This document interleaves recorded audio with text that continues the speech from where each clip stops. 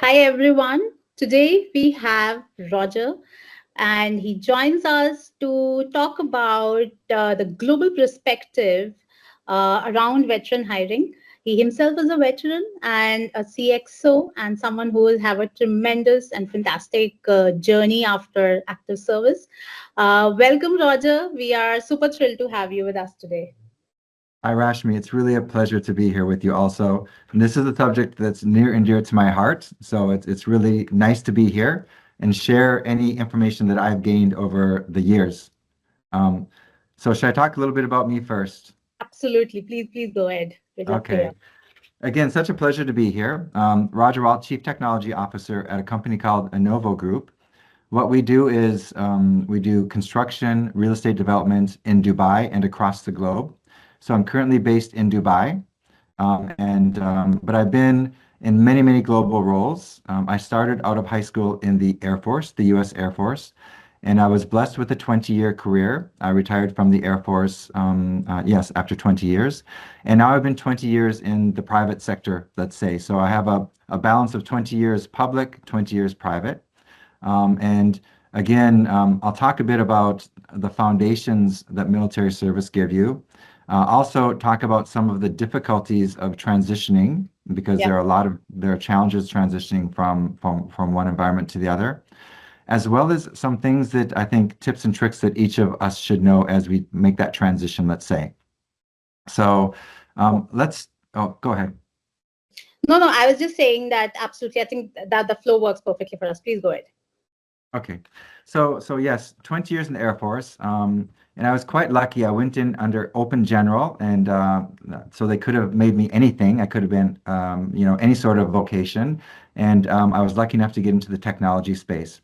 So after 20 years in the technology space in the Air Force, after I retired, I moved into a company called GE, and then I've had several roles since then. The last few have been focused on, it's always been technology, but the last few have been focused on real estate development and construction technology. So, as I exited the Air Force, I found that there were some challenges. One of the biggest ones is you really have to know your value. Because when you're a public servant, your compensation is not usually commensurate with what it is in the private industry. So if you don't have good transition assistance, and most government agencies will give you transition assistance, you should really understand your value. So your value, the skills you develop during your time in the military are really so important to the companies that are going to be recruiting you. These are skills that most of their entrants won't have. You know, the dedication, the service orientation, all of these things that you gain while you're in the military are skills that are invaluable to prospective employers. So really important that you don't shortchange yourselves. But the difficulty in the transition oftentimes comes in you're used to serving, so service before everything. Your country and service is the most important thing. And then when you move to a corporate culture, it's more of financial. You're working for making money for the company usually, in most of the roles you're in. So to move from a from a service orientation to a profit and loss corporation, oftentimes is very difficult for people to understand the commercial models that they're going to understand that the focus is on, a product line or a different industry versus that service orientation that you're used to, is oftentimes very challenging, let's say. I haven't found it challenging. I was lucky enough to go to what we call a halfway house, which is GE. So General Electric is very much like the military, in that you can do 2, 3 year roles, 4 year roles, something like that, and then you can move to another region. You can move to another business line.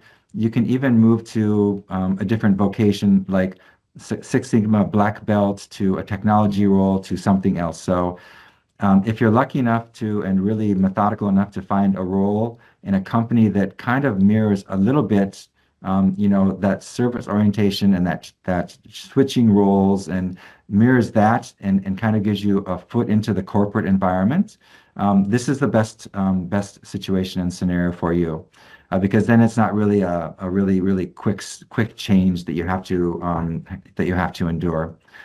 So this is one thing I would suggest: finding a role that's kind of similar to what you've been doing in the military, but then doing it in the corporate environment. Um, the other thing is, a second thing is the military workforce retiring or exiting, after one term, two terms, whatever.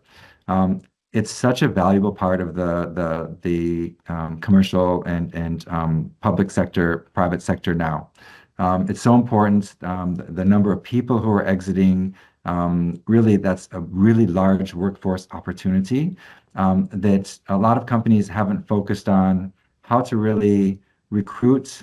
And I think that Rashmi is a company that does that.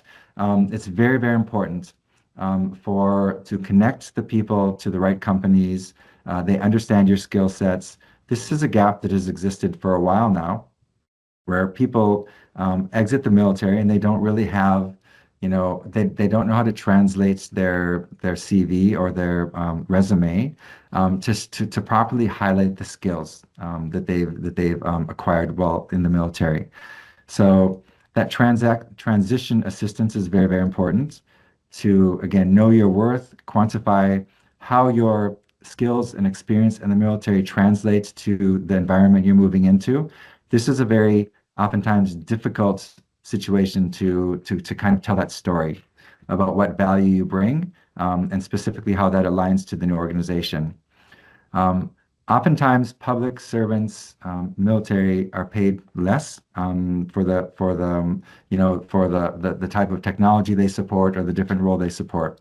So make sure when you transition to the private sector, that you don't say, okay, I'm making this amount, as I leave the military, so I'll take that same amount when I move into to the private sector, because again, the military, the public sector, is about security, job security. You're gaining all these skills. Maybe you're getting tuition assistance and things like that from the military.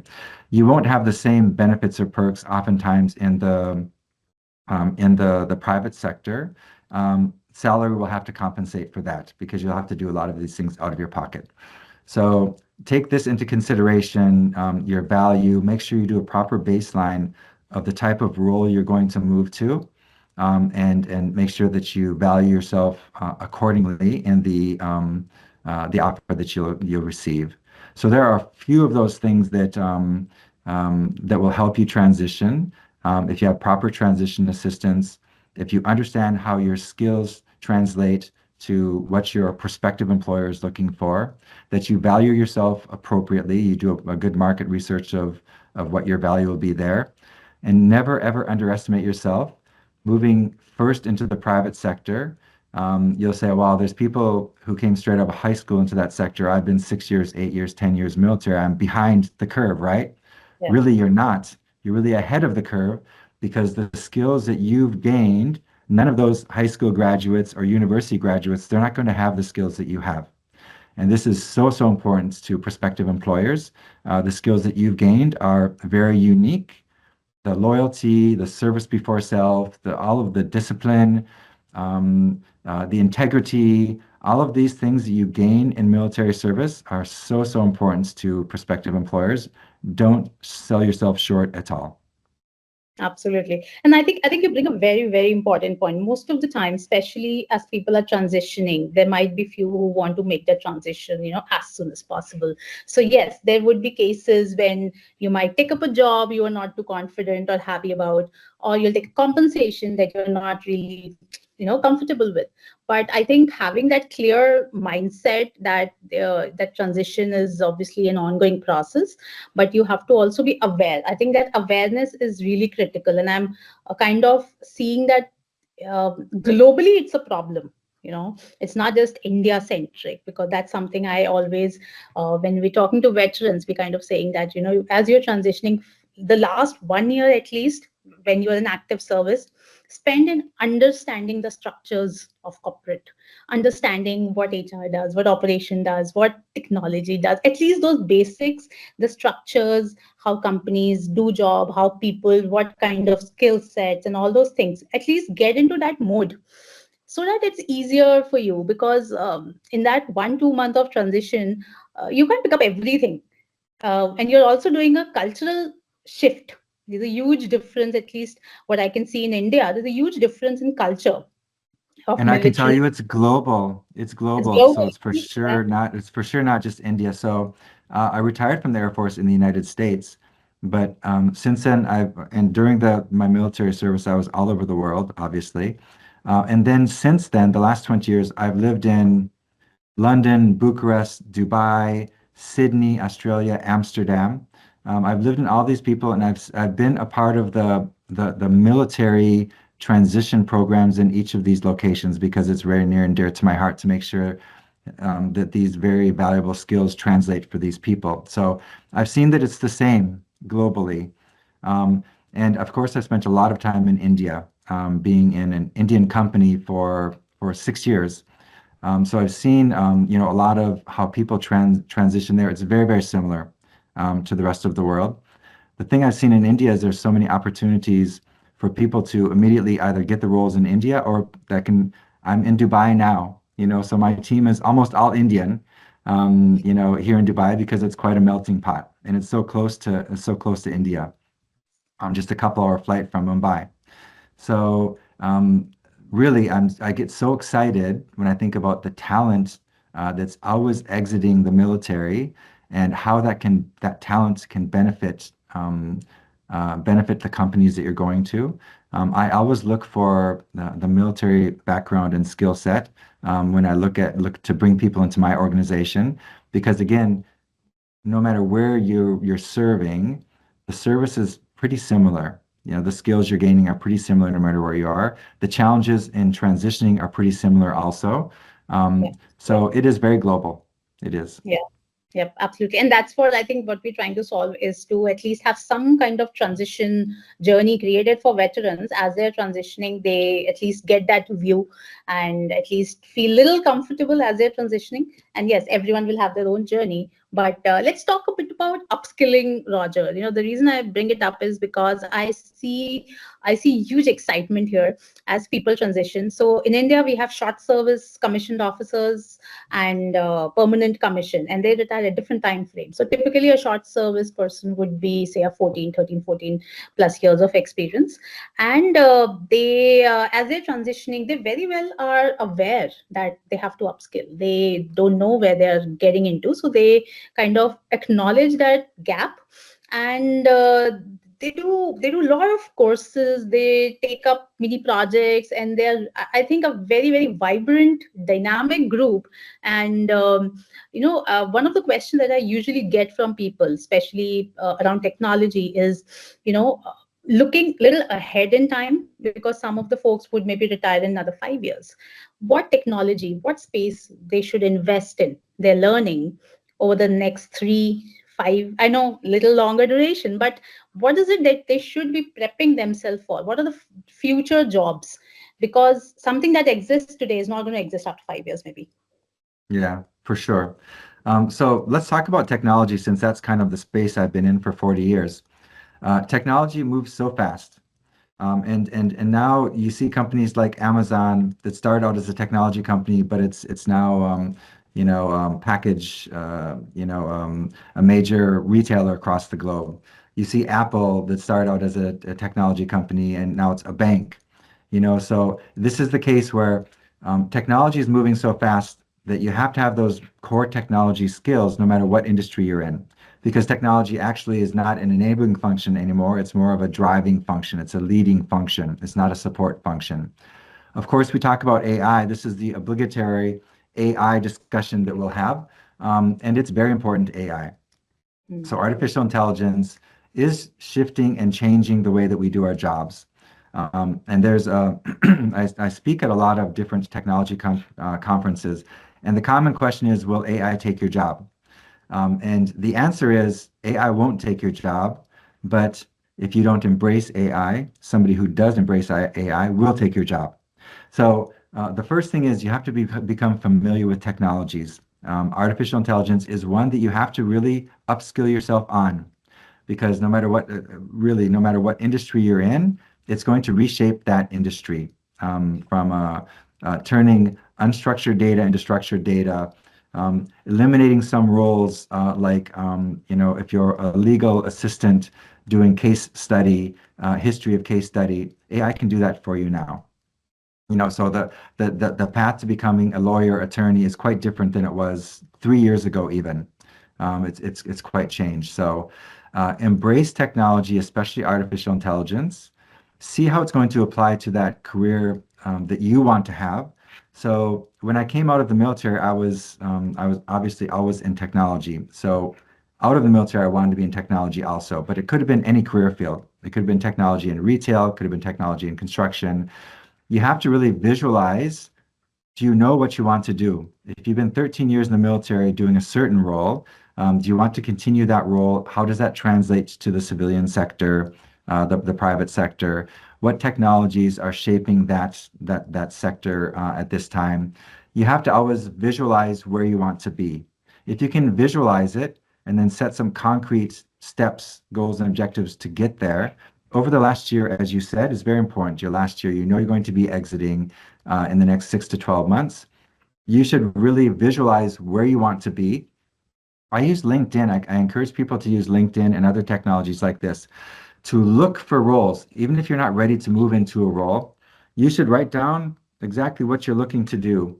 I want to be in retail. I want to be in banking. I want to be in the technology side of that industry, and find position descriptions that companies are hiring for a role like that, and then sort of tailor your CV, your resume, towards that role that you want. Visualize what you want, tailor towards that role, and then you can start looking at the stepping stones to get there, so that by the time you exit the military, you'll already have a plan of, I want to do this, one or two things. This is how I want to do them.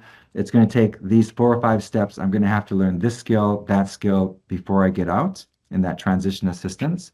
So it's really important to visualize, see what technologies are going to be prevalent in that industry you're going to be in, embrace those technologies, do this before you exit, and then you'll really be ready to go when you get out. Yep. Yeah. Yeah. I think that's the most important thing. They got to start early. Got to start as you are in maybe service in the last 1 2 years, because then you are really comfortable. It's not going to seem like a abrupt transition. And we keep using this term, but I feel it's a very exciting space. It have you get an opportunity to build a career outside after a very good military service in a corporate sector where you have so many more options.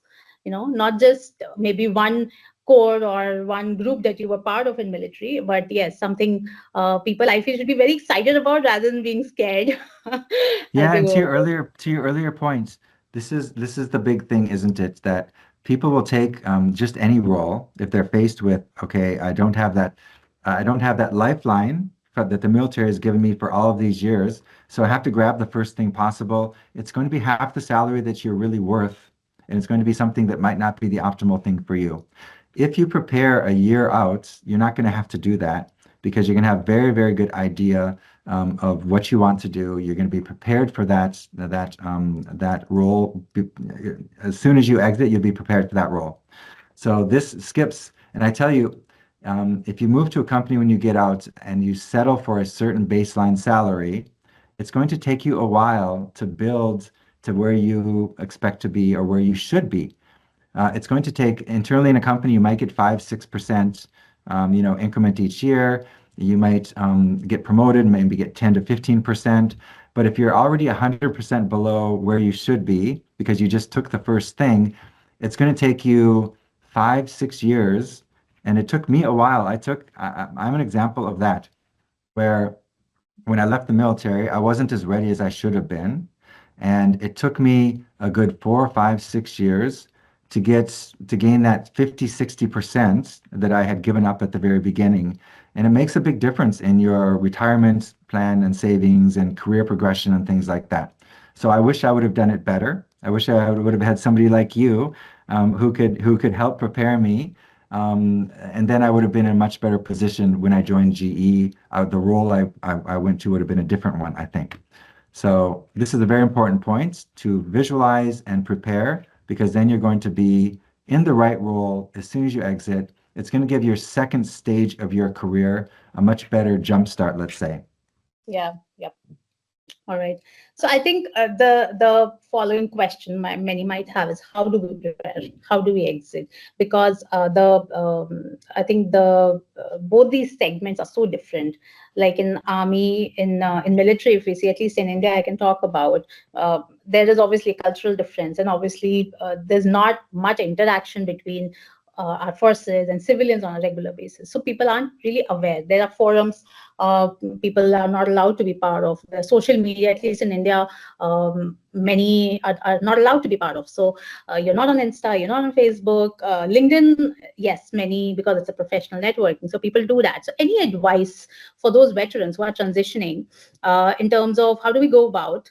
LinkedIn obviously is one place, but anything else, Roger, that you can maybe just add on? No, I mean, really, you are. So it's not just, so you bring skills with you, but you bring that also that, I won't say awkwardness, but you bring that you don't have the social skills that people who have been out in that sector. You don't have the network. You don't have the Yes. network, as they say. You don't have that. Yeah. Network is very important, very important. So my network while I was in the military was quite different than my network outside the military. Even though some people you're still connected with who were in the military, for me it's very few. It's very few because I shifted locations. I went from, again, from public to private. So you have to build that whole network up again. Having somebody, a transition in the Air Force, we called it Transition Assistance Program, TAP. Mhm. This does some of the things. It helps you with resume writing, some things like that. But it doesn't really, and social media is so much more prevalent now than it was when I switched the sides of the career, right? So there's an opportunity for you to really jumpstart your career if you build the proper network right away outside of the military.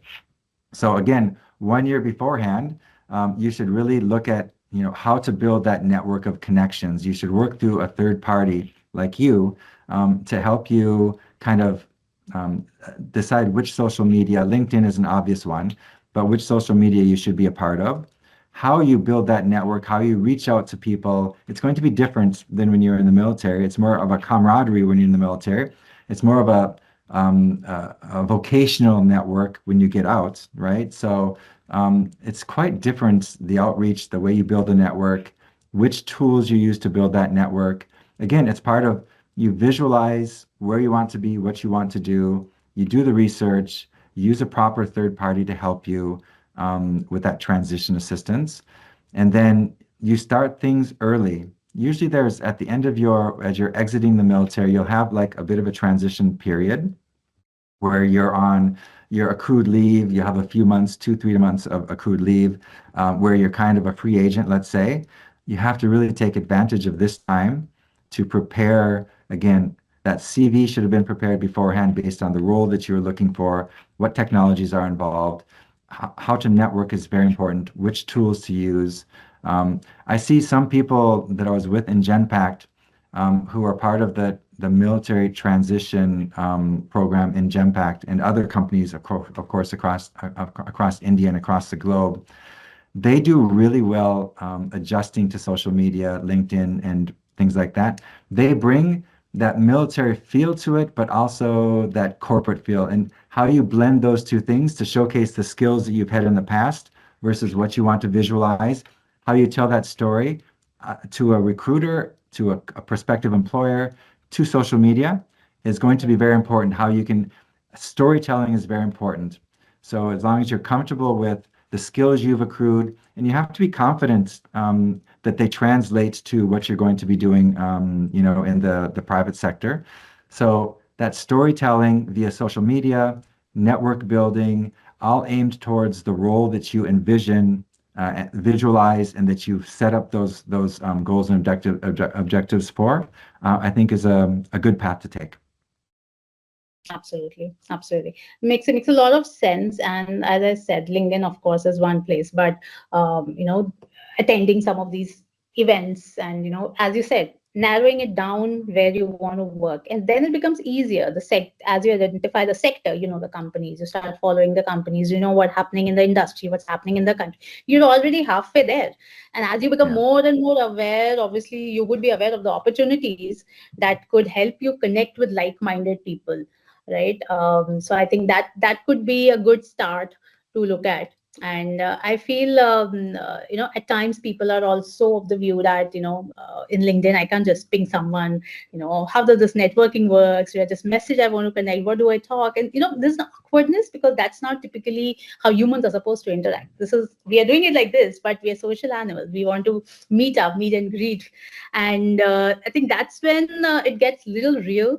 But I've seen so many people being so open, comfortable, happy about it.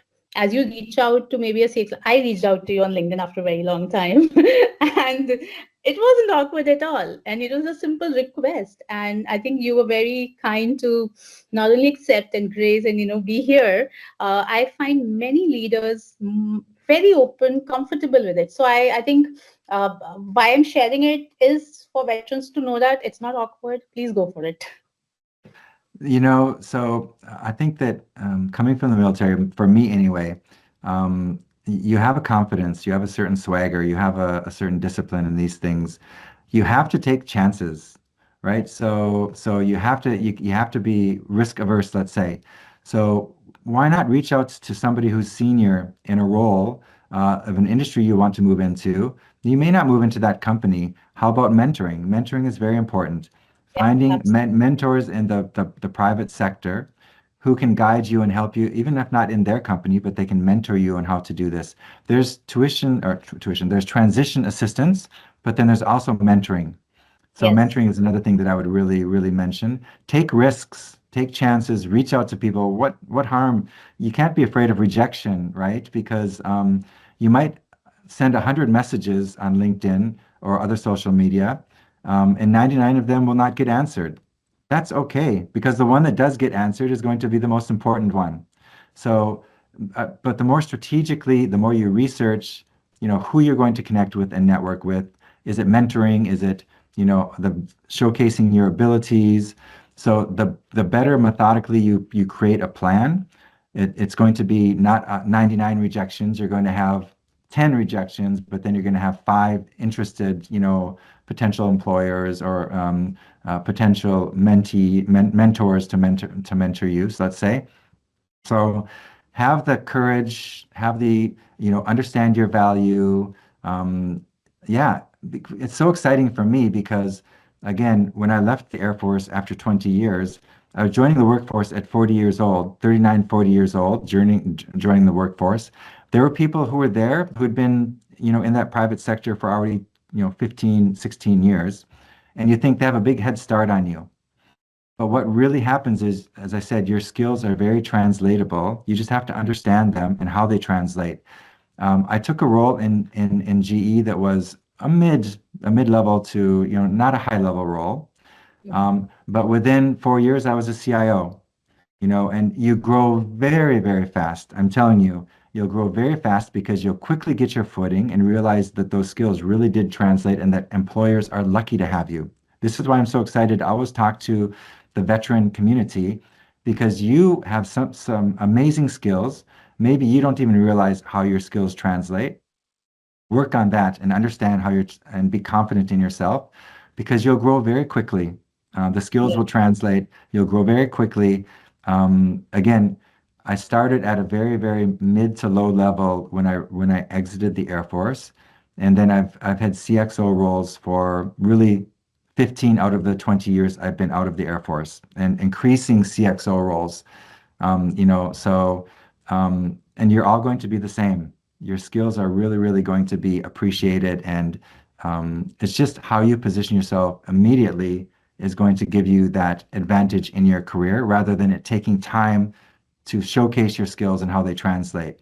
If you can do that before you even enter the private sector, you're that far ahead of the game, let's say. Yes, absolutely. I think that's wonderfully put, Roger. Any parting words? I think we are on time. Anything you just want to maybe sign off with? I think this is something many veterans are going to be really inspired about. The sky is the limit for you. Don't settle for anything less than what you deserve, because you're used to service before self, and you're used to kind of I would say taking a back seat to do the right thing. You need to position yourself properly as you exit, because you deserve this. You've served your country, and now you need to take care of your families and your growth and your career, and you can aspire to do great things. Prepare yourselves, because you can be whatever you want to be. You have the skills. You're preparing yourselves on the way, during the transition. The networking, the mentoring, all those things we talked about. Prepare yourself, because if you can see it and envision it, you can do it. And I've seen so many people, so many veterans. If you look at leadership across all the corporations in the world, there's such a huge amount of veterans leading these companies as CEOs, CFOs, CIOs, CTOs. That veteran background is really invaluable to where you're going to be going. So see it and do it, because there's nothing limiting you except yourself, maybe. Wonderful, wonderful. I think thank you so much, Roger, for making time for the conversation. It's been super inspiring, and I am sure many, many veterans would find it really meaningful. Appreciate it. Thank you for your time. I really appreciate it, and always excited to be here and help my fellow veterans.